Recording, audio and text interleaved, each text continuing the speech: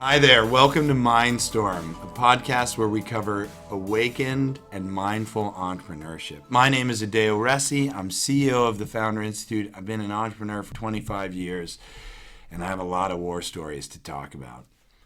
I'm Josh Whiton. I am the founder of MakeSoil.org and a couple other companies in stealth right now, and have a background as a tech entrepreneur and computer scientist, and have a passion for nature, the environment, and human consciousness. Josh, you had an exit not that long ago, and now you've jumped into working on MakeSoil and these other stealth projects. What's been the transformation? Yeah, what I call the planetary interventions. So it's just noticing that there's a lot of challenges in the world. There's a lot of people in pain. There's a lot of animals dying. It's harder to find clean drinking water. And I'm just personally, I'm losing interest in any companies that aren't stabilizing the biosphere, which is destabilizing right now. You can talk about climate change. I like to say stabilize the biosphere. Like the hull of spaceship Earth is like fracturing right now. That's what's going on. And expanding human consciousness, because there's a lot of repressed pain out there. There's a lot of pain being projected onto other people and groups. There's a lot of fighting. There's a lot of violence. Aren't those related, though? I mean, the stabilization of the biosphere and the destabilization of the human consciousness, pain body, whatever you want to call it, is. Yeah, and some of it's just our evolution. That we've never had this many people on one planet before. That's it in a nutshell. So any of our flaws, any of our limitations, any of our selfishness, it's having unprecedented consequences that just we could sweep under the rug before, and we can't now. Right, because we've been sweeping under the rug, and now it's like there's this Everest-sized hump in the rug. Yeah. So you happen to have an exit and this calling at the same time? Well, yes. The calling, you know how it is with human potential, right? Like the calling might be there one day, and then there's too much. There's the equal amount of self-doubt, right? Or maybe how many people, they say they have a calling, and they say, well, if only I had the money or whatever, right? And then there's this day where it's like, holy crap, I am telling people I know what I want to do with my life. I see problems I want to solve, and I have the resources to do it. What I don't have any of are excuses. That's a really sobering moment in the day of one's life. And that's what happened to me. And I'd say I was probably manifesting not being in that situation for a long time, because it is much easier to say, like, well, if I had this or that, I would do something. And then the day comes when you have everything you need to do something. And it's a little bit scary. So, I mean, but we don't... The whole thing of our existence is a giant excuse. Oh, yeah? I think so. What do you mean by that? Well, I mean, I talk to people every day, with myself too. It's like, oh, I can't go to Burning Man this year because of X, or I'm not going to go. I'm not happy right now because I don't have my coffee. Oh, sure, yeah. Like, it's like, there's some reason that you're not doing something that you feel you should be doing or you want to do. I mean, it's been deep on the eliminating excuses front for me. Yeah.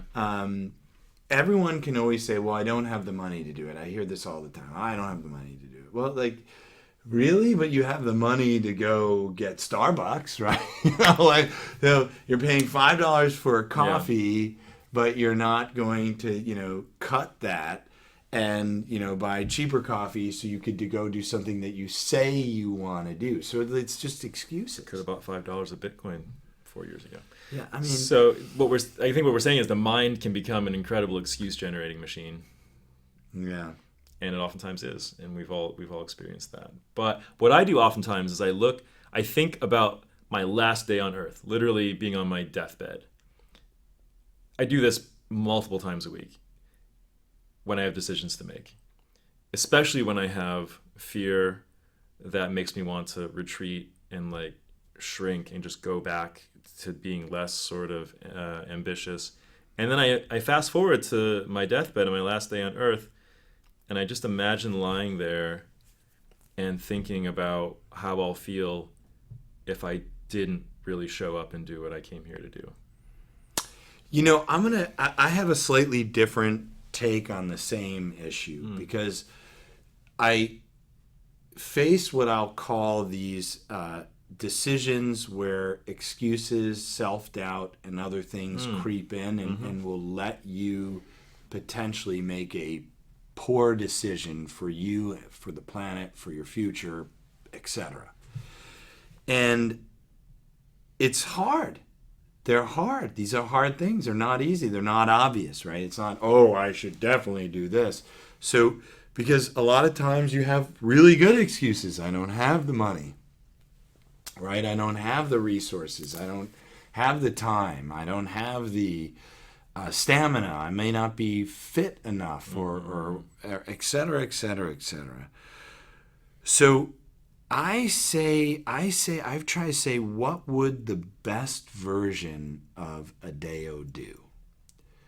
Right? Not the me that's stressed out, not the me that's limited by money, not the me that may have some trauma happening, but what's like the if I look at like the ideal version of myself, what would that person do?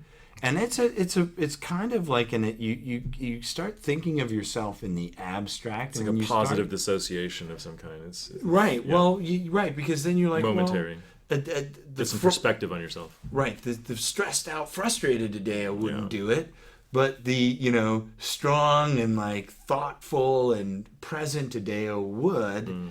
And so then you still have to make a difficult decision, right? It's still like, oh, well, I don't have the resources, but the strong and positive and thoughtful Adeo would do it. And to me, a real entrepreneur is someone who isn't going to let anything stop them. They're not going to let the lack of money. They're not going to let the fact that they even started with the wrong idea. And that's an internal decision. And that's one that I feel like I've just made recently stronger than I ever have before. I'm just deciding I'm going to live the kind of life where nothing actually stops me. And that means I'm going to contribute as much as I can to stabilizing the biosphere and expanding human consciousness. No excuses, no number of attacks, no lack of resources, no anything will stop me from doing my damnedest toward those goals. And I think that's an internal decision. I mean, you've probably had moments of that, right? Where you just decide internally, like, you're moving forward no matter what. I'm thinking about the no excuses concept because that's something that, it's bold, but there's some level where it's like if you just don't have the money, like it's like I'm gonna get a billboard. It's like, well, you don't have the $10,000 to get the billboard. Now, that means maybe right at this very moment you don't have the resources to get the billboard, but maybe then you have to take some steps to get it. And when I think about that, for me, like a lot of times I am limited by the resources that I have at my disposal. Yeah. And I'm trying to think now, is this an excuse that I'm making a lot of times?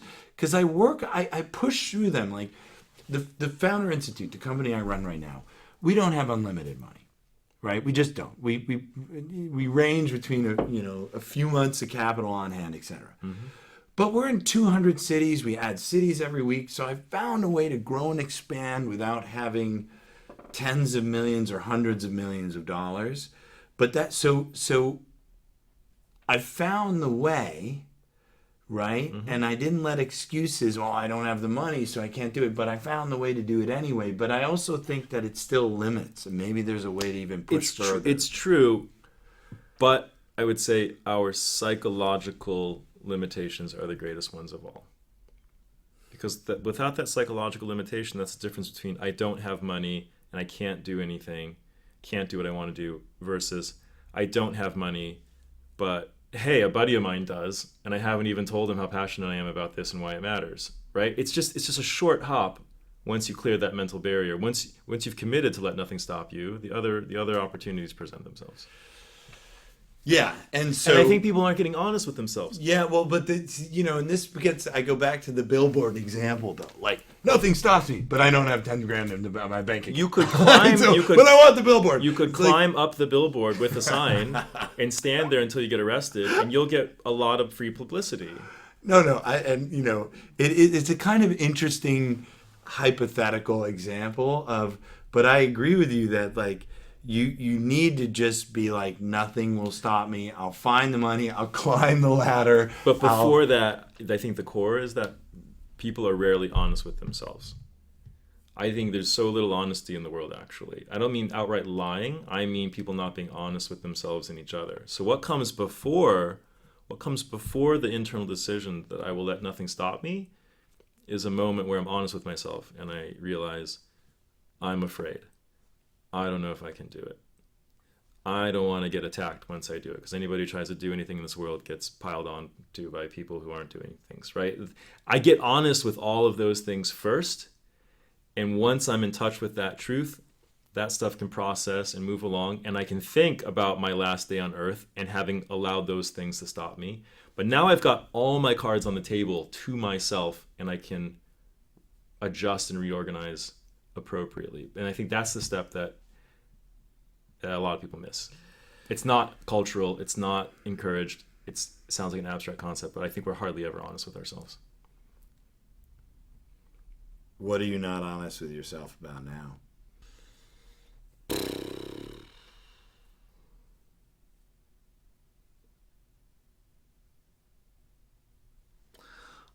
Right now, a challenge I'm facing is that I'm feeling a huge resistance to getting investors in some of my companies, because I love the autonomy, but I don't know if I'm being fully honest with myself. Like, maybe it's the autonomy. What I tell people is I don't want misaligned investors to take me off my mission. Maybe it's also that I have a part of me that wants the option to be lazy as well, right? So that if I decide to be lazy, nobody will really notice but me. And if I have more people involved, then I won't have that freedom. I'm still sorting that out, but if I had to guess, there's something in there, because I really don't want to talk about it. It's a funny thing, because I don't have any investors in the Founder Institute. I'm the sole investor, and I have a co-founder that's much smaller percentage, but like it's controlled. Like there's and. I actually went out and looked for investors, and everyone laughed at me. And I was like, this was like 9.5 years ago, and I'm like, this is the best idea. And well, way to go for doing it anyway. A lot of people quit at that point. Well, to some extent it was emboldening, because I'm like, I'm going to prove you wrong. Have you made good on that? Have you written all those people and told them they were wrong? I don't need to, Just in your own mind. Yeah, I mean, I think I'm on a journey of self-discovery with the Founder Institute in many ways. So first, like, what motivates me? I'm 10 years in, and I love it. Like, I've seen your motivation change over time too. Oh, absolutely. I was much more of a hard ass for a long period of time, because I felt like a lot of entrepreneurs were fake with their motives and their meaning and their sayings and their pretty much everything. So I would be very harsh on them. And I've softened a lot more, like, instead of being a hand that tries to smack you when you're being dishonest, I'm more like a hand that tries to pull you out of the pit of dishonesty right now, to being more honest in a helping way versus a harsh way. And so, I've definitely changed in the role.